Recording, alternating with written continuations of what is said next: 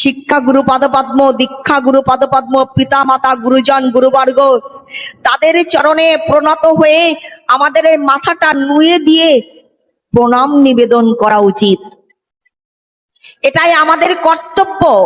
সাধুগুরু বৈষ্ণব চরণে, গুরু গৌরাঙ্গের চরণে, পিতা মাতা দীক্ষা গুরু পদপদ্ম, শিক্ষা গুরু পদপদ্ম তানাদের চরণে আমাদের মাথাটা মস্তকটা যদি নওয়াতে না পারি, নত করতে না পারি, তাহলে চৈতন্য দর্শনে মহাপ্রভু বললেন তার ওইটা মাথা নয়, ওটা ভারী একটা বোঝা।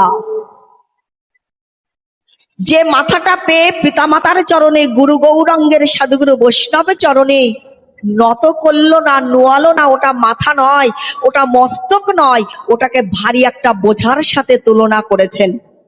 ভারী বোঝা কখনো নত হতে পারে বাবা? শিক্ষিত প্রজ্ঞাবান ব্যক্তি যারা, জ্ঞানী সমাজ বসেছেন আজকের আয়োজনে, ভারী বোঝা কখনো নত হতে পারে? তাহলে ভারী বোঝাটা যেমন নত হতে পারে না, তাকে নত করালেই তবে নত হয়। বলেন যে মাথাটা আমি দিয়েছি, আমার প্রদত্ত, আমার দেওয়া মাথাটা যদি সাধুগুরু বৈষ্ণবের চরণে, পিতামাতার চরণে, গুরু গোবিন্দের চরণে নত না করলো, তাহলে ওটা মাথা নয়, ওটা মস্তক নয়, ওটা ভারী একটা বোঝা। তাই কৃষ্ণচন্দ্র আচরণ করে শিক্ষা দিলেন। পিতামহ ব্রহ্মা, পিতামহ তিনি কি বললেন? ডেকে ডেকে বললেন, ভগবান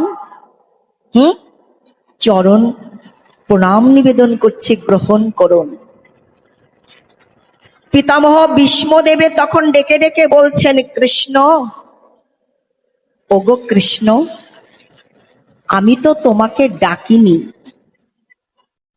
আমি তোমাকে কিন্তু ডাকিনি কৃষ্ণ, তথাপিও তুমি নিজের প্রয়োজনে আমার কাছে এসে তোমার প্রয়োজন সমাধান করে নিয়ে গেলে।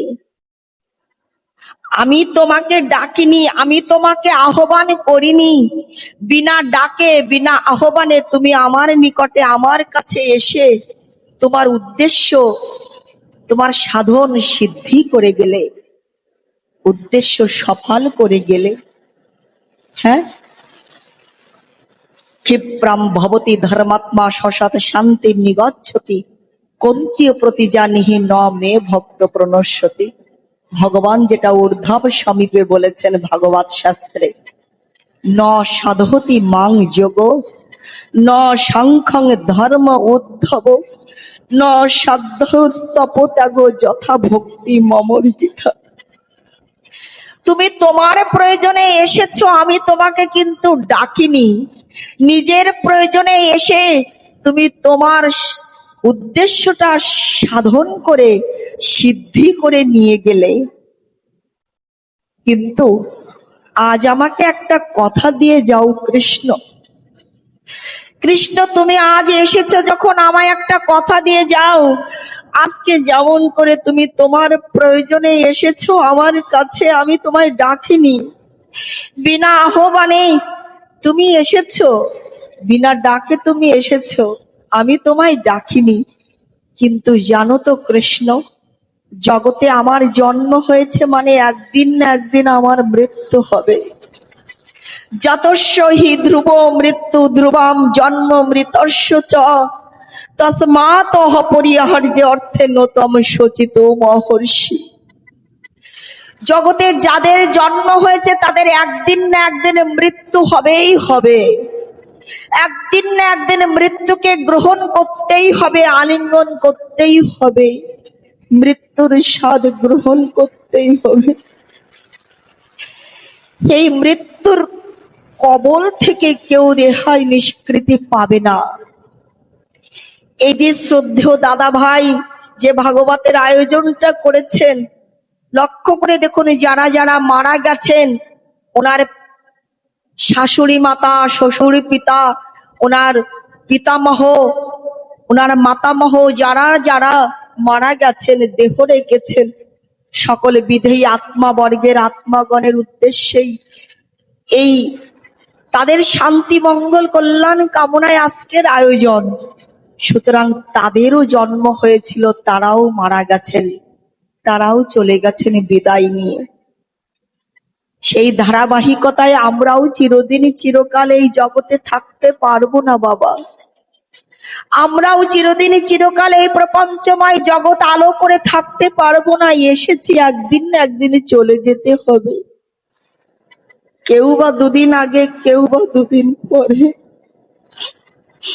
সবাইকে চলে যেতে হবে একদিন। তাই পিতামহ ভীষ্মদেবী বলছেন, ওগো কৃষ্ণ, আমি তোমায় ডাকিনি, তুমি তোমার প্রয়োজনে এসেছো। আর এসেছো যখন একটা নিবেদন করি, আমার জন্ম হয়েছে মানে আমার মৃত্যু হবে। আর যেদিন আমার মৃত্যু হয়ে যাবে, আমি চিরকালের জন্য, চিরদিনের জন্য চির অব্যাহতি তথা চির নিষ্কৃতি লাভ করে মহাপ্রাণের যাত্রায় চির বিদায় নিয়ে চলে যাব কৃষ্ণ। আমি সকলকে কাঁদিয়ে, সকলকে ছেড়ে যেদিন চলে যাব, সেদিন আমার মৃত্যুর পরে আমি ভবসাগরের কিনারে গিয়ে যখন দাঁড়াবো, আমি ভবসাগরের কূলে গিয়ে, কিনারে গিয়ে যখন আমি দাঁড়াবো, আমি পার হতে পারছি না ভেবে, সেদিন যদি আমি তোমায় ডাকি কৃষ্ণ, যদি সেদিন পার হতে পারছি না বলে তোমায় আহ্বান করি, তোমায় ডাকি, তুমি একটিবার কথা দাও, সেদিনই তুমি আমার ডাকে সাড়া দিবে। সেদিনই তুমি হাত দুটো ধরে তুমি পার করে দিবে কৃষ্ণ। তুমি একটিবার কথা দাও। যেদিন আমি পার হতে পারবো না বলে ভবসাগরের তীরে যেয়ে দাঁড়াবো, এই ভবটবির তীরে দিয়ে ভবার্ণবের তীরে গিয়ে দাঁড়াবো, ওই সাগরের কিনারায় কোলে গিয়ে দাঁড়াবো, আমি পার হতে পারছি না বলে, সেদিন তুমি আমায় কথা দাও কৃষ্ণ।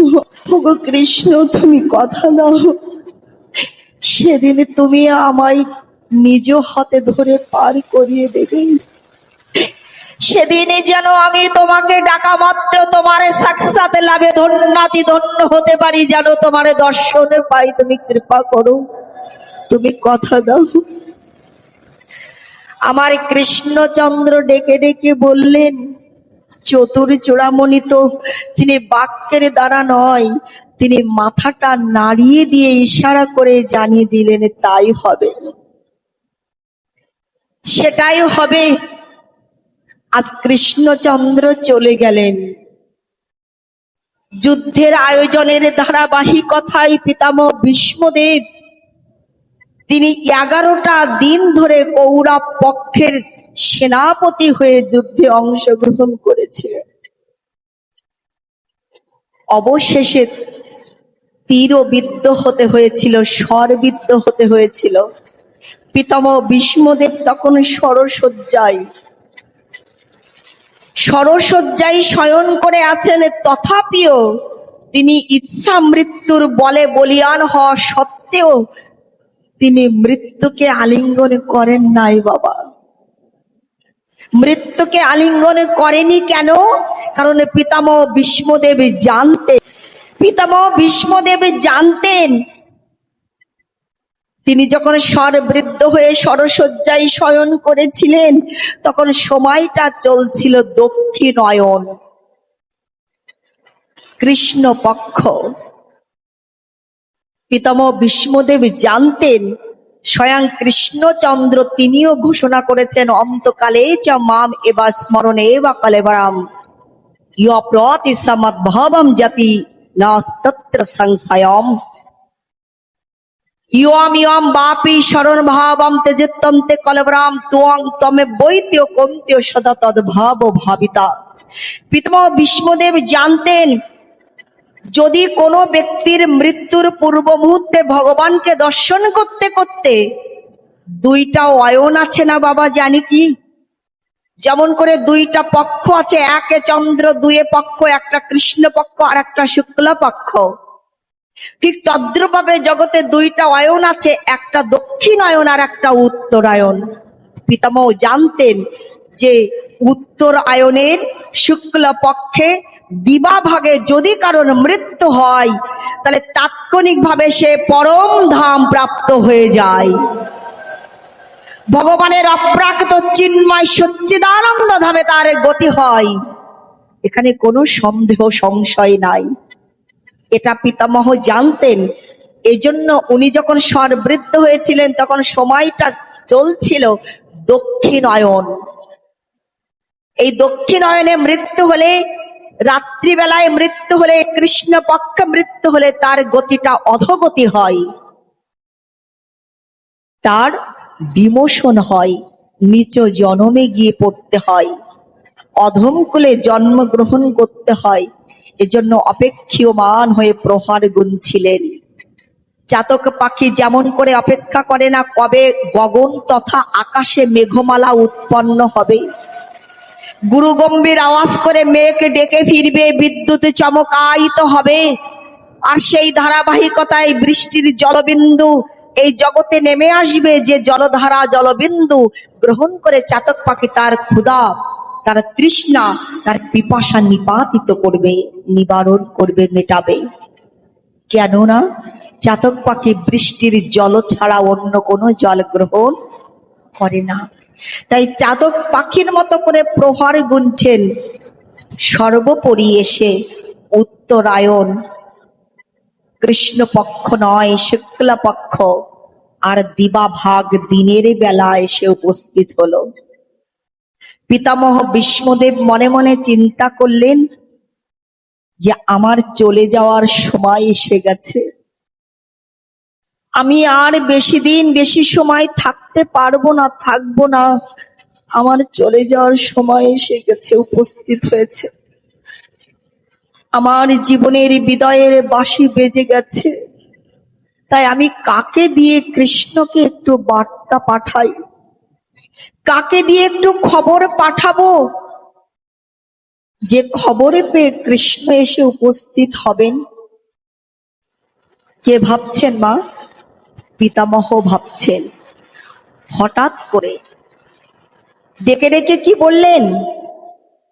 বলছেন আমি কাকে দিয়ে একটু খবর পাঠাবো, কাকে দিয়ে বার্তা পাঠাবো, মনে মনে ভাবছেন। ঠিক সেই মুহূর্তে তিনি শায়িত অবস্থায় লক্ষ্য করলেন কি জানো, যে হঠাৎ করে একটা খুব সুগন্ধ মণ্ডিত একটা সুবাস, অনুপম মনোরম মনোমুগ্ধকর একটা বাতাস পিতামহ ভীষ্মদেবের নাসিকা রন্ধ্রে প্রবেশ করছে। শ্রীকৃষ্ণের গায়ের ঘ্রাণটা, গায়ের যে আঘ্রাণটা, সুবাসটা পিতামহ ভীষ্মদেবের নাকের মধ্যে গিয়ে প্রবেশ করছে। পিতামহ ভীষ্মদেব মনে মনে চিন্তা করলেন যে এই গন্ধ তো আমার বড় পরিচিত, কারণ আমি ওই যুদ্ধের আয়োজনে 11 দিন ধরে তিনি কি করেছিলেন, সেনাপতির সেই নেতৃত্বে, তানার নেতৃত্বে সেনাপতির দায়িত্বে তিনি অংশগ্রহণ করেছিলেন। এই জন্য শ্রীকৃষ্ণের গায়ের ঘ্রাণটা পিতামহ ভীষ্মদেবের বড় পরিচিত। তিনি মনে মনে চিন্তা করছেন এ ঘ্রাণ তো বড় পরিচিত আমার, তাহলে কি কৃষ্ণ এসেছে নাকি? কৃষ্ণ কি এসেছে? ভাবতে না ভাবতেই রুনু ঝুনু করে নূপুরের ধ্বনি ঝংকার পিতামহ ভীষ্মদেবের কর্ণযুগলে গিয়ে উপস্থিত হয়েছে, পৌঁছে গেছে। যখন রুনু ঝুনু করে নূপুরের শব্দ ধ্বনি ঝংকারটা পিতামহ ভীষ্মদেবের কানের মধ্যে গিয়ে পৌঁছেছে, তখন পিতামহ ভীষ্মদেবের আর বুঝতে বাকি নাই যে কে এসেছে। ডেকে ডেকে বলছেন কৃষ্ণ এসেছো, তুমি তুমি এসেছো কৃষ্ণ, কৃষ্ণ এসেছো? বলেন হ্যাঁ দাদু আমি এসেছি। তুমি এসেছো? আমি ভাবছিলাম তোমাকে খবর পাঠাবো, কিন্তু ব্যক্তি খুঁজে পাচ্ছিলাম না, লোক খুঁজে পাচ্ছিলাম না। কৃষ্ণচন্দ্র ডেকে ডেকে বলছেন দাদু আমাকে খবর দিতে গেলে কোনো লোক পাঠাতে হয় না, আমার কাছে খবর পাঠাতে গেলে কোনো মেসেজ পাঠাতে হয় না, কোনো চিঠি পাঠাতে হয় না, কোনো মাধ্যমে লাগে না। ভক্ত যদি ভক্তা মাম অভিজানতি জাবানো যশা অস্মি তত্ত্বতা তত মাং তত্ত্বত জ্ঞাতা বিশতে তদান্তরাম। ভক্তিতে অনুরাগে দাঁড়িয়ে শুধু স্মরণ করে, স্মরণ করে, তাহলেই আমি সেই সমর্পিত ভক্তের কাছে গিয়ে উপস্থিত হই। আমি সেদিনে তোমায় কথা দিয়েছিলাম দাদু, যে অন্তিম মুহূর্তে তুমি আমাকে স্মরণ করা মাত্র আমি তোমার কাছে এসে উপস্থিত হব। জীব যে কথা দেয় আমাকে সে কথা রাখে না, কিন্তু আমি যে কথা দেই সেই কথা ফেলি না দাদু। আমি যে কথা দেই সে কথা রাখি, তাই আমি এসেছি। কৃষ্ণচন্দ্র এসেছেন। কৃষ্ণচন্দ্রকে যে দেখবেন পিতামহ, কিন্তু দেখতে পাচ্ছেন না, কারণ স্বরের উপরে শয্যা। শয্যা মানে কি? শয়ন শয্যা, খট্টাঙ্গের মতো করে যে খাটের উপরে আমরা ঘুমাই না, এই শয্যা তৈরি হয়ে গেছে স্বর দিয়ে, তীর দিয়ে। যে মাথাটা দিয়ে কৃষ্ণচন্দ্রকে দেখতে পাচ্ছেন না। অর্জুনের কথা শুনেছেন না? অর্জুনের অনেক গুণে গুণান্বিত একজন বীর যোদ্ধা, বীর পুরুষ ছিলেন। তিনি তীর ধনুক যুদ্ধ পরিচালনা করতে তিনি পটীয়সী, তিনি পারদর্শী ছিলেন। তিনি তীর নিক্ষেপ করে পিতামহ ভীষ্মদেবের মস্তকটা ঘুরিয়ে দিলেন, যাতে কৃষ্ণচন্দ্রকে দেখতে পান। মহতের স্বভাব হয় তারিতে পামর। যেদিন গৃহে সাধুগুরু বৈষ্ণবের আবির্ভাবটা, শুভগমনটা ঘটে, সেদিনে ভেবে নিবেন সেই দিনটাই হচ্ছে আমাদের মতো ব্যক্তি জীবনের সুদিন। সেই দিন হচ্ছে মঙ্গলময় দিন, শুভ দিন। কারণ আমার মতো অজ্ঞান অধম পাপিষ্ঠ পামর তাপসীকে তরানোর জন্য, উদ্ধার করার জন্য, সুপথ দেখানোর জন্য, অন্ধকার মুছিয়ে ঘুচিয়ে দেওয়ার জন্য, মালিন্যতা দূরীকরণের জন্য গৃহে সাধুগুরু বৈষ্ণবের শুভাগমন ঘটে। তাই মাথাটা, মস্তকটা ঘুরিয়ে দিলেন, যাতে দেখতে পান কৃষ্ণকে অনায়াসে অকপটে। আর নকুল আর সহদেবের কথা শুনেছি না বাবা? এই নকুল আর সহদেব ছিলেন স্বর্গের দেবতাগণ যারা ছিলেন, তাদের যখন অসুখ করত, তাদের যখন রোগগ্রস্ত হতেন, অসুস্থ হয়ে পড়তেন, তখন তাদের সেবা শুশ্রূষার দায়িত্ব ছিল এই অশ্বিনী কুমারের। তিনি হচ্ছেন বৈদ্য ছিলেন, স্বর্গের বৈদ্য অর্থাৎ চিকিৎসক। তানাদের পুত্রদ্বয় ছিলেন নকুল আর সহদেব। তাই এই অশ্বিনী কুমারদ্বয়ের পুত্রদ্বয় তারা ঔষধি দান করে, ঔষধ মানে গাছগাছরার যে ঔষধি, এইগুলো দিয়ে পিতামহ ভীষ্মের জ্বালা যন্ত্রণা নিবারণ করেছিলেন। কৃষ্ণচন্দ্র বললেন, দাদুশ্রী, আমাকে যদি কোনো ভক্ত পেয়ে যায়, লাভ করে যায়, দর্শন করতে পারে, তার আর এই জগতের কোনো বস্তুর প্রয়োজন হয় না। হ্যাঁ, আপনি এবার আপনার ইচ্ছা মৃত্যুর যে বর পেয়েছিলেন, সেটাই আপনি অঙ্গীকার করতে পারেন, গ্রহণ করতে পারেন। পিতামহ ভীষ্মদেব ডেকে ডেকে বললেন কি জানি, কৃষ্ণ, না, আমি তোমার এই রূপে দর্শন করে বিদায় নিব না। তাহলে কোন রূপে দর্শন করতে চাইছেন পিতামহ? বললেন, যেদিন রণক্ষেত্রে, যুদ্ধের ক্ষেত্রে যুদ্ধ অনুষ্ঠিত হয়েছিল, সেদিন তৃতীয় পাণ্ডব সখা অর্জুনের রথের সারথি হয়েছিলেন আপনি কৃষ্ণ। হ্যাঁ কৃষ্ণ, সেদিনে তুমি অর্জুনের রথের সারথি হয়েছিলে। মানে এক হাত দিয়ে অশ্বের রশি ধরেছিলে। রশি মানে কি বাবা? রজ্জু। রজ্জু মানে দড়ি। এক হাত দিয়ে অশ্বগণের, হস্তিগণের দড়ি ধরেছিলে, রজ্জু ধরেছিলে, রশি ধরেছিলে। আর অপর হস্ত দিয়ে তুমি যুদ্ধ পরিচালনা করেছিলে। এই যুদ্ধ পরিচালনা করার ভেতর থেকেও তুমি মাঝে মধ্যে তাকিয়ে দেখছিলে যে তোমার ভক্ত অর্জুন ভালো আছে কিনা, ঠিক আছে কিনা, সুস্থ আছে কিনা। এই যে ভক্ত বৎসল ভগবান তুমি, ভক্ত রক্ষাকারী রক্ষক তুমি কৃষ্ণচন্দ্র। তুমি যখন রথ পরিচালনা করে রথের সারথি হয়ে যুদ্ধ করছিলে কুরুক্ষেত্রের রণাঙ্গনে, ময়দানে, তখন অশ্বগণ, ঘোড়াগণ বিক্ষিপ্ত ভাবে বিচারণ করছিল। তারা দৌড়াদৌড়ি করছিল, আর তার বিনিময়ে তাদের খুরের ধুলা বালুকণা তোমার মস্তকে, তোমার সকল অঙ্গে, তোমার শ্রীবদনে উড়ে উড়ে পড়ছিলে। তুমি ঘর্মাক্ত হয়ে গিয়েছিলে কৃষ্ণ, বিন্দু বিন্দু ঘর্ম সৃষ্টি হয়েছিল তোমার বদনে, তোমার সর্ব অঙ্গে।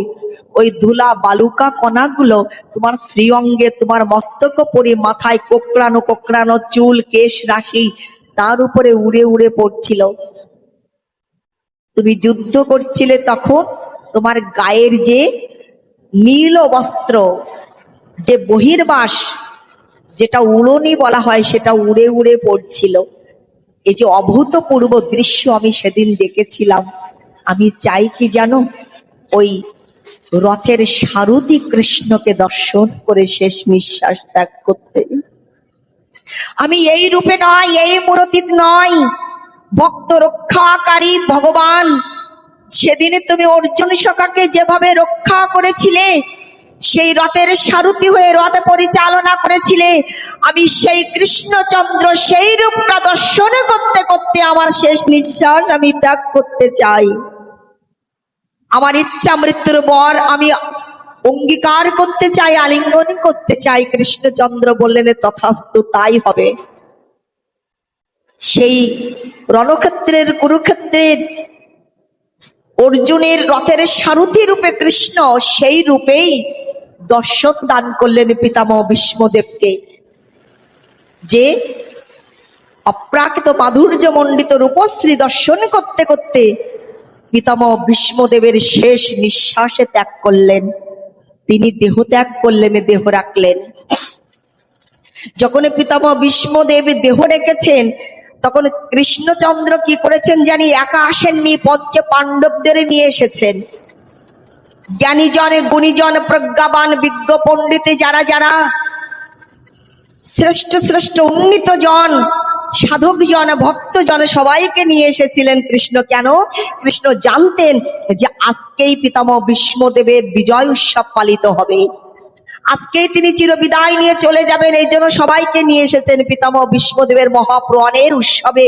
শ্রীকৃষ্ণচন্দ্র যেন নিজের অনুষ্ঠান, নিজের ভক্তের আয়োজন, নিজের উৎসব নিজে রন্ধন করছেন, ভক্তদের চরণ ধৌত বিধৌত করে দিচ্ছেন, ফুলমালা তিলক চন্দনে অভিষিক্ত করে দিচ্ছেন, নিজেই তিনি পরিবেশন করছেন। যেমন করে নামাচার্য ব্রহ্ম হরিদাস ঠাকুরের অন্ত্যেষ্টি ক্রিয়ার আয়োজনে মহাপ্রভু গৌরাঙ্গ সুন্দর অংশগ্রহণ করেছিলেন, যেমন ভাবে করেছেন আজকে পিতামহ ভীষ্মদেবের অন্ত্যেষ্টি ক্রিয়ার আয়োজন যেন শ্রীকৃষ্ণেরই আয়োজন, তাই নিজে হাতে করে সম্পাদন করছেন। সম্পাদন শেষে সকল ভক্তদেরকে নিজে হাতে করে প্রসাদ বিতরণ করে ভোজন দক্ষিণা দিয়ে আনন্দিত আয়োজনে মিষ্ট মিষ্ট প্রবচনে তাদেরকে বিদায় জানালেন। কারণ সেবা দিলে, ভোজন দিলে ভোজন দক্ষিণা দিতে হয়। দদাতি প্রতিগৃহ্ণাতি গুর্জমাখ্যাতি বৃষ্যতি ভুঙ্ক্তে ভোজতে চৈব ষড়বিধং প্রীতিলক্ষণম। এটাই হচ্ছে দান প্রতিদানের খেলা জগতে। সবাইকে ভোজন দক্ষিণা দিলেন, সবাইকে ভোজন দক্ষিণা দিলে ঘোষণা দিলেন কি, যারা যারা আমার ভক্ত, পরম ভক্ত পিতামহ ভীষ্মদেবের মহাপ্রয়াণ মহোৎসবে অংশগ্রহণ করেছেন, যারা যারা নৃত্য করেছেন, যারা যারা কীর্তন করেছেন, যারা যারা পুষ্প চয়ন করেছেন, যারা যারা তুলসী চয়ন করেছেন, যারা যারা মালিকা রচনা করেছেন, যারা রন্ধন করেছেন, যারা পরিবেশন করেছেন, যারা এই মহাপ্রসাদ ভক্ষণ গ্রহণ করেছেন, তাদের সকলের প্রতি যেন আমার পিতামহ ভীষ্মদেবের অহৈতুক্য কৃপা বর্ষিত হয়। পিতামহ ভীষ্মদেবের যে গতি হয়েছে, তারা সকলেই যেন সেই গতি লাভ করতে পারেন, এই মহামহ আশীর্বাদে সকলকে ধন্য করেছেন। এই সুমঙ্গল সুভাগবতী আয়োজনে আমরাও প্রার্থনা করি যে সমস্ত বিদেয়ী আত্মাগণের উদ্দেশ্যে দাদা ভাই অত্যন্ত অক্লান্ত পরিশ্রম করে মাথার ঘাম পায়ে ফেলে আপনাদের চরম পরম উপস্থিতি ঘটিয়েছেন, এই সকল বিদেয়ী আত্মাবর্গ আত্মাগণ যেন পিতামহ ভীষ্মের মতো করে, হরিদাস ঠাকুরের মতো করে, ভক্তপ্রবর নারদজির মতো করে পরম ধাম প্রাপ্ত হতে পারেন।